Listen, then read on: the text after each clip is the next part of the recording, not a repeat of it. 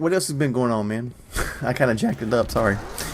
No, it's all good, man. I was actually wanted to reinforce what we were talking about because I knew that there was an article written about this before, but I'm gonna send you a link, man. We could just post it in the show notes, and I promise I won't talk about it, but about maybe a minute or so here, if that. But there was there's an article written in Medium which talks about nostalgia, the comfort of nostalgia, and why we find solace in the past. Um, and it's some psychological things that connects to positive memories, which is that's how nostalgia is created, right? You have certain stimulus that are connected to a positive memory, whether it's a smell of some food, whether it's the taste of something, right? Whether it's a visual image that you store in your mind, it's connected to a positive memory, and it ties to emotions through that connection, through the amygdala, right, and the hippocampus. And so, anyway, there's this article out here.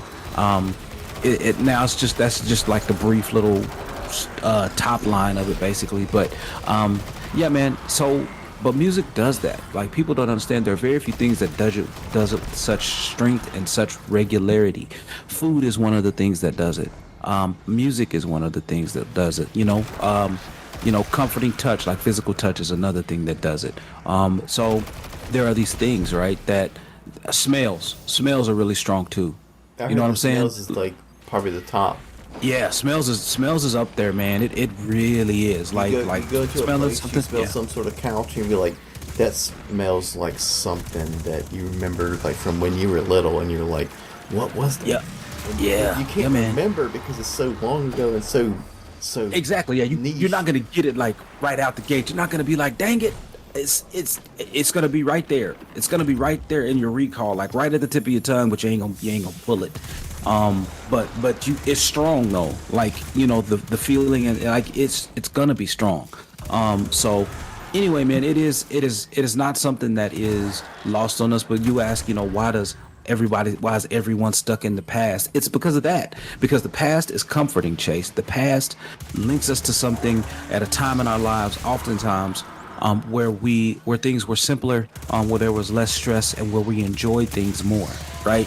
And so, for a lot of people, I think it's a commentary on where they are now in their lives more than it is where they were in their lives. I think it's a commentary on where they are now because they are not in that zone or in that area where they're comfortable and where they have just like this joy and they're happy, man. They got grown up problems. They got grown up issues with familial and professional, right? And all of these other relationships and things that can go sideways. And so that's why I think a lot of people retreat to that.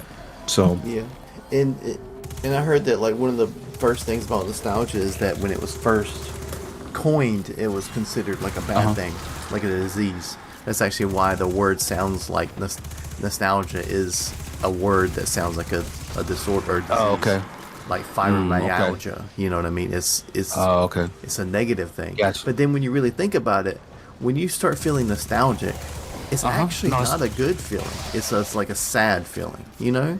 it's You're it's like, more melancholic, right? It's yeah, I hear what you're saying. Like it's more along the melancholy side where it's not like truly sad. You're like, ah man, I kind of missed that or whatever. But it's like you miss it because it was good, right? You miss it because the original feeling was good in some way, right? That's why I say it's rather melancholic, right? Because it can be considered sad, because you kind of miss something that you no longer have anymore, or that you no longer do or experience, or someone that was around is no longer here.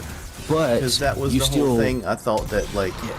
that they thought it was bad because it was like soldiers being homesick and stuff, and they didn't want them to be that way because then they would get homesick, they'd get sad, Focus. Yeah. and then they wouldn't Yeah. be focused. Yeah, man. Yeah, man. And that's the last thing you want is somebody out there covering your back who ain't focused.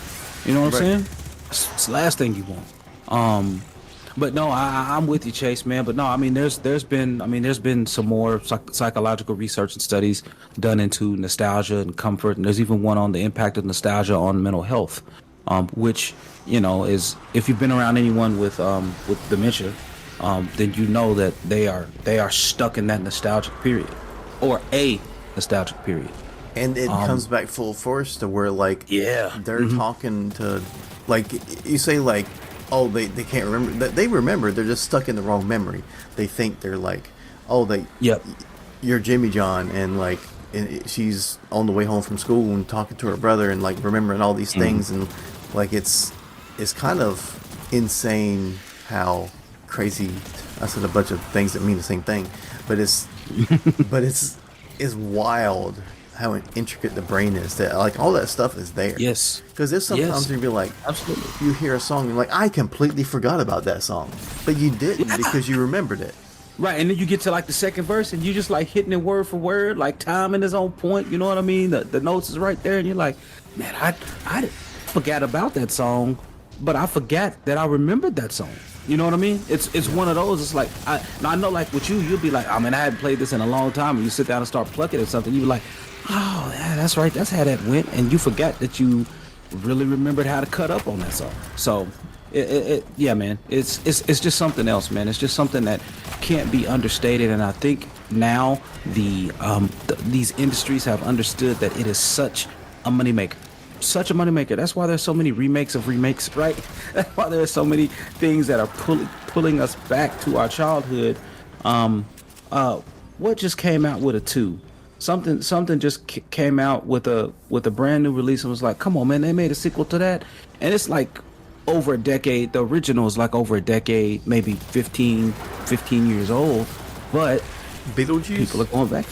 Yeah, Beetlejuice, and then Beetlejuice is a really good one because that one is like 2.5, maybe 3 decades old at this point. But yeah, and then there was something else that I just saw the other day, man. It was a different movie or something, man. But again, y'all get the point, right? Like these folks, these folks know that this stuff makes money, man, and they're drawn on that psychological. Psychological and emotional connection that we have via nostalgia. And that's why I try my best to be like, I should really go to this R&B concert that has Adina Howard and Genuine and all these other people that we used to listen to all the time, and Tank and like all these folks. And I'm just like, I don't know. But then you look up, and if you wait too long, in like 2 days, all the tickets sold out. Because everybody done bought their ticket, and they going to sit down in 98-degree weather with no chairs to listen to a concert. So, it is what it is, man. Mm-hmm. Yeah, man. So, yeah, I just wanted to share that, and I think I put like a link to like that little headlined article there. You got to create an account to finish reading the whole thing. But man, if you just type in, literally all I typed in was comfort and nostalgia in the Google search.